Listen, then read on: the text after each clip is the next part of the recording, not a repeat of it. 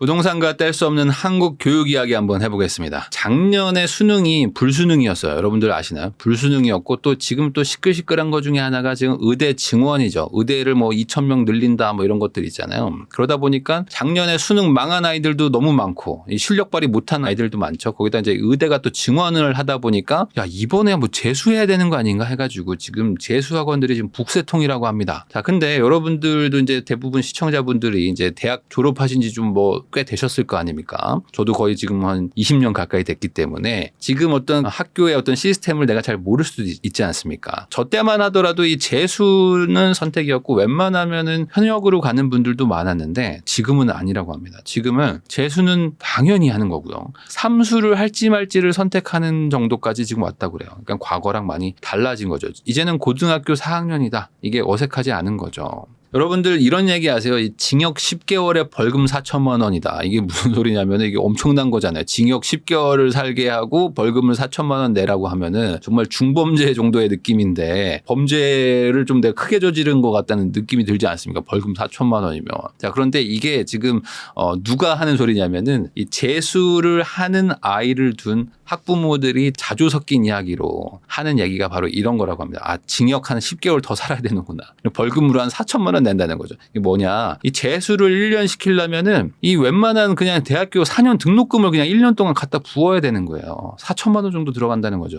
왜 그러냐. 자, 이게 실제 재수 비용을 좀 비교를 해본 건데 이 2019년도와 23년을 보면 비용이 증가가 어마어마합니다. 그러니까 이게 130만 원 정도 하던 학원이 지금 200만 원을 하는 거예요. 자, 그러면 이게 거의 지금 50% 정도가 올라간 거 아닙니까? 기숙학교들도 300만 원 하던 게 지금 350만 원 정도 이렇게 올라간다는 거죠. 자, 근데 이게 한 달에 학원비가 200만 원이면 이걸로 끝나냐? 아니랍니다. 이게 지금 교재도 사야 되죠.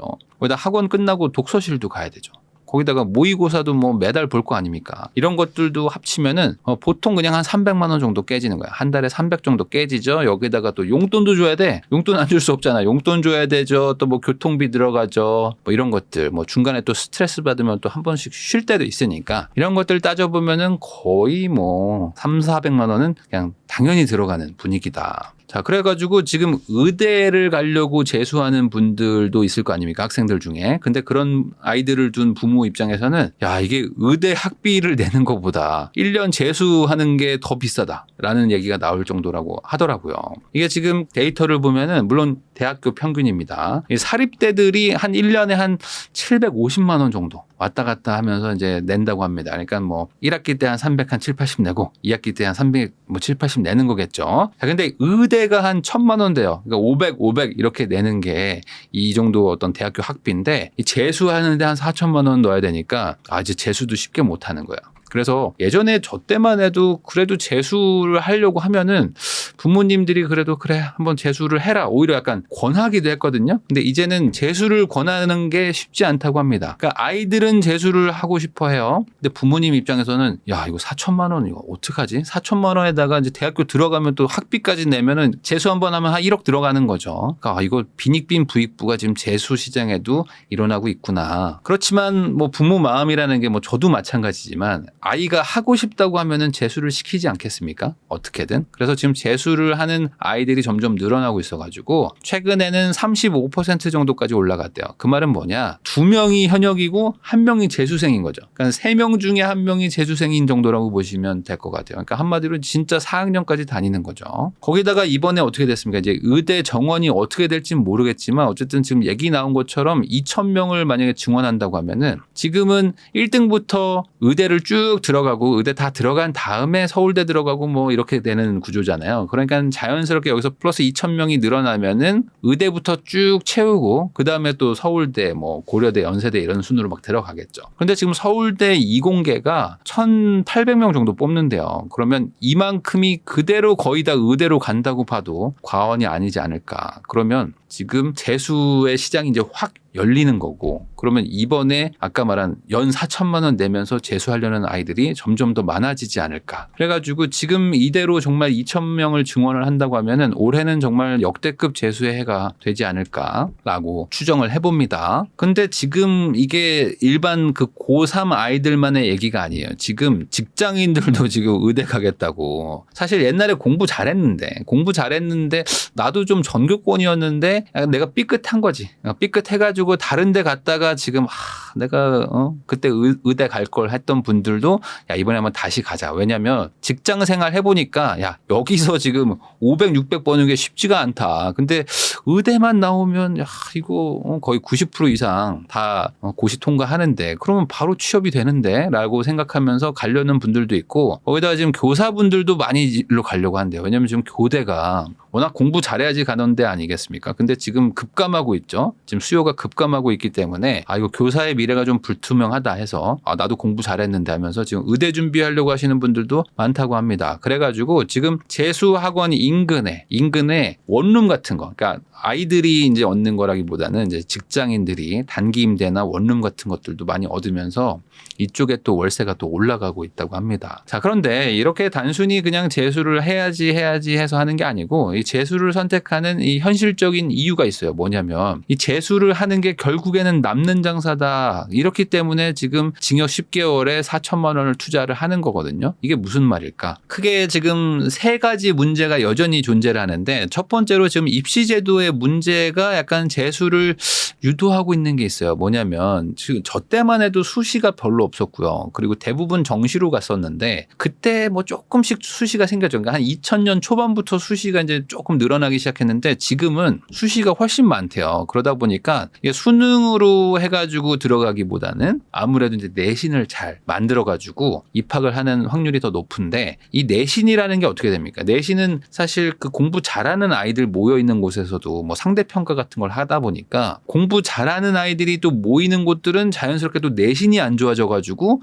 재수를 할 수밖에 없는 이런 상황으로 가는 거죠. 그래가지고 지금 강남 3구의 서울대 합격자 배출 상위 고교 이 추정 비율을 보면은 당연히 뭐 추정이겠지만 거의 60% 수준이라는 거예요. 그러니까 아이들 입장에서는 한 열에 4명 정도만 이제 현역으로 뭐 수시로 이렇게 가고 대부분 한 대여섯 명 정도는 재수는 당연히 하는 거다. 왜냐면 이게 내신이 한번 삐끗하면은 회복이 잘 안 된다고 합니다. 당연히 그러겠죠. 이게 거의 지금 몇 점 차이로 들어가는 이 상위권이니까 이게 한번 삐끗하면은 재수를 할 수밖에 없는 상황인 거고 그러다 보니까 아예 내신을 딱 1학년 때 딱 받아보고 야 이거 답 안 나온다 하면은 강남권에서는 그냥 학교를 그만둬 버려요. 그래서 지금 실제로 자퇴를 하고 검정고시 보는 아이들이 되게 늘어나고 있거든요.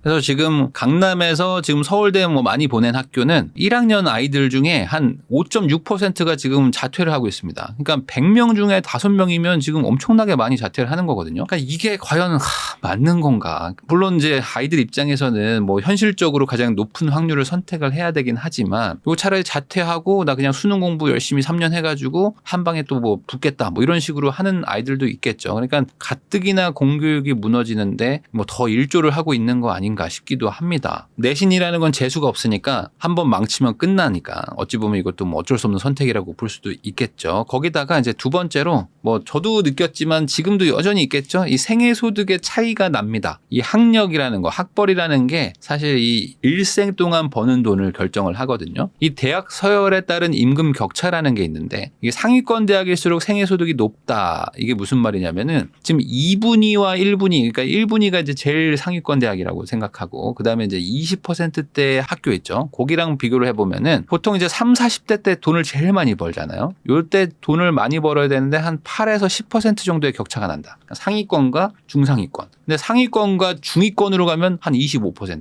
상위권과 중하위권을 비교하면 30%, 제일 상위권과 이제 가장 이제 하위권의 학력의 차이는 거의 50% 정도의 임금 격차가 난다고 합니다. 그러니까 한마디로 내가 지금 1, 2년 더 재수를 해가지고 어떻게든 한 칸이라도 높이면은 소득 격차가 줄어드는 거예요. 근데 이게 1년을 투자해가지고 수십 년 동안 버는 생애소득의 차이가 난다 그러면 재수를 해가지고 성공만 하면은 남는 장사가 맞는 거죠. 이게 지금 퍼센트로만 얘기를 했지만 이게 뭐 대충 추정을 한번 해보면은 20대부터 30, 40대, 50대 해가지고 보통 이렇게 임금이 이 정도 된다고 하는데 요거를 아까 말한 대로 거의 한 3, 40%가 차이가 난다고 하면은 최상위와 최하위의 생애소득 차이가 약 4억 원 정도로 벌어진다고 추정해 볼 수도 있습니다. 그러면 내가 평생 4억을 덜 벌고 더 버는 사람의 이 차이는 상당히 많이 벌어지지 않나라고 생각을 해보면은 이거 한번 재수를 할 수밖에 없구나라고 생각도 또 드는 거죠. 자, 거기다가 여전히 학벌주의가 또 만연해 있죠. 아무리 뭐 이제 학벌이 뭐 의미 없어요라고 얘기를 하지만 여전히 한국 사회는 학력과 학벌이 좀 지배하고 있다고 봅니다.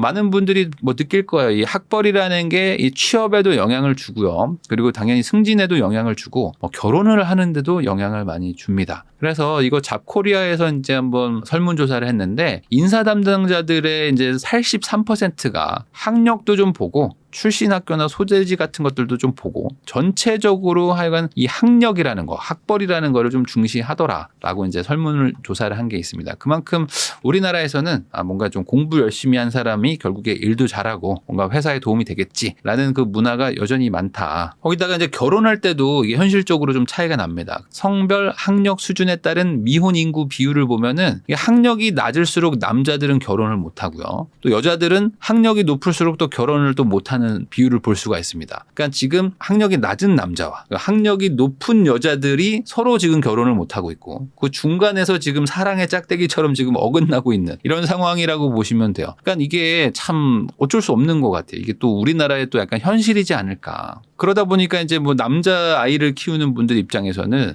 우리 애가 조금이라도 좀 학력이 좀 높아지면 학벌이 좀 높아지면 뭐 1, 2년 뭐 재수, 삼수를 하더라도 그게 돈, 생애소득에도 또 도움이 많이 되고 그리고 결혼할 때도 조금이라도 뭐 도움이 되지 않을까. 그리고 뭔가 승진할 때도 조금 도움이 되지 않을까. 여러모로 애가 좀 사는데 조금은 낫지 않을까라는 생각을 하게 되는 거죠. 그래가지고 이게 현실적으로 좋은 학교가 직업도 결정하고 결혼을 할 수 있는 거에서도 이제 많이 영향을 주고 그러다 보니까 이제 미래를 결정하는데도 영향을 주게 되면은 과연 내 아이라면은 재수를 시킬 수 있는 상황인데 안 시킬 것인가. 거기다가 이제 4천만 원을 투자해서 얘 생애소득을 높일 수 있다 그러면 과연 부모가 안 해주는 게 맞는가. 뭐 이런 고민들을 하기 마련인 거죠. 자, 그러다 보니까 뭐 이게 뭐 어떤 개인 교수의 뭐 의견일 수도 있겠지만 스카이 의대 프리미엄 때문에 한국은 족쇄에 묶여 있다. 그러니까 이 저출산이라는 것 자체가 어찌 보면은 이 학력, 학벌주의 때문일 수도 있다. 왜냐면 우리가 지금 다 자녀를 낳아가지고 좋은 학교를 보내야 되고 좋은 학교 보내려니까 학군이 또 좋아야 되고 학군 좋은 데들은 또 비싼 집이고 비싼 집에 갔더니 또 빌라 살고 아파트 살면 또 막 차별하고 막 이런 분위기가 막 있으니까 또 좋은 아파트 가서 또 살아야 되고. 그러니까 이게 부동산이라는 게 사실 저는 이 원인이 아니라 결과라고 보는 사람인데 이 사회 현상들이 다 섞여가지고 지금의 이 부동산 시장, 이 지금의 부동산 분위기를 만든 게 아닌가. 그러니까 그 중에 하나도 어찌 보면 이 학벌을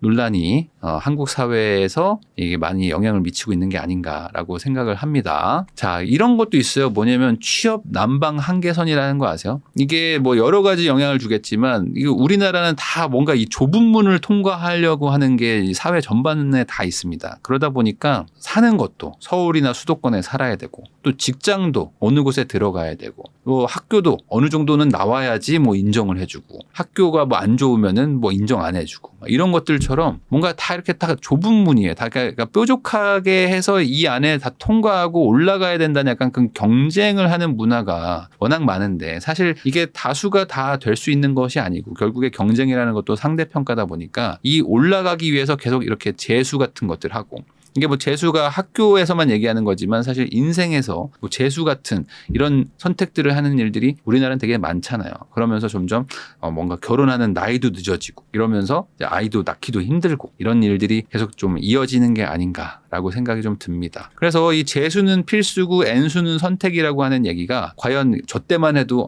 굳이 재수까지 해야 되나? 뭐 이런 느낌이 있기도 한데 지금은 아니라는 거. 이게 재수는 필수라는 게 어찌 보면 지금의 사회 현상이다라는 걸 한번 정리를 해봤고요.